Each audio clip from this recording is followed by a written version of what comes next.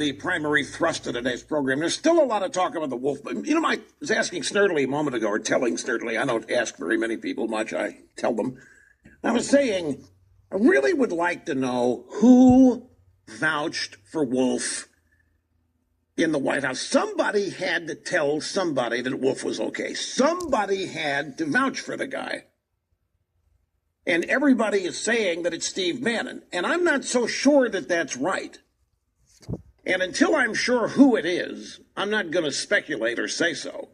But I don't think it was Bannon. There were other things that were going on. Whatever it was a huge mistake.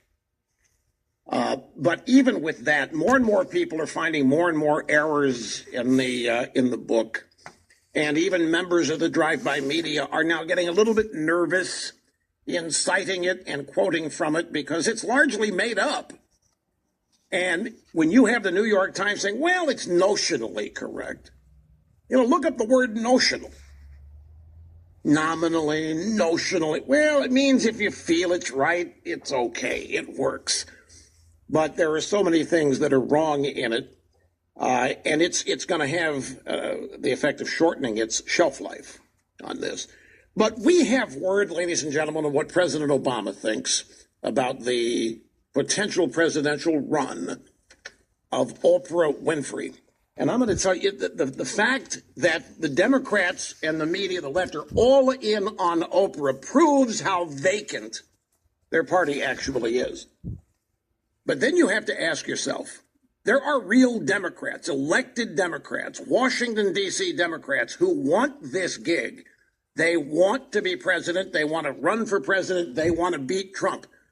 How many people have the Democrats told to stand aside for Obama in 2008? How many Democrats were told to stand aside for Hillary in 2008? That's the question. Most of them were told stand aside. It's Hillary's turn, but Obama didn't listen. Then we get to 2016, and everybody was told to stand aside for Hillary. Now it's really her turn. And in both 2008 and 2016, there were a lot of Democrats that wanted to run, but they stood aside. Are we, real right now? Yeah. Oh, okay, because I didn't know if we were just having small talk or not. Okay.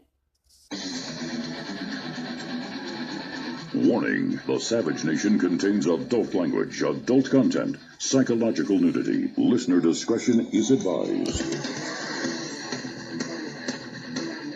Now, here he is, winner of the National Radio Hall of Fame Award, Michael Savage. Well, they're celebrating in the streets of Mexican cities today.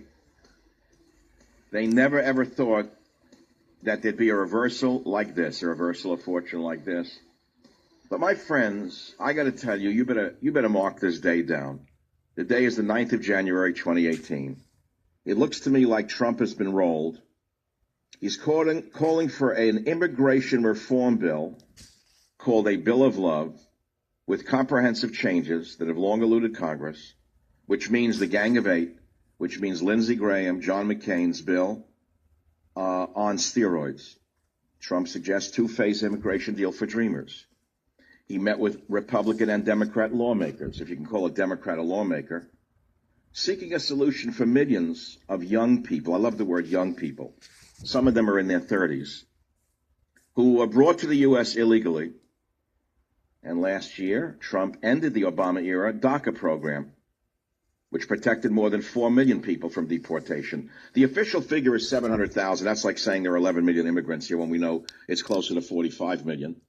So they keep using a lying figure put up by the Pew Research Center. And the word Pew is apt, but it's spelled wrong. But 700,000 people from deportation.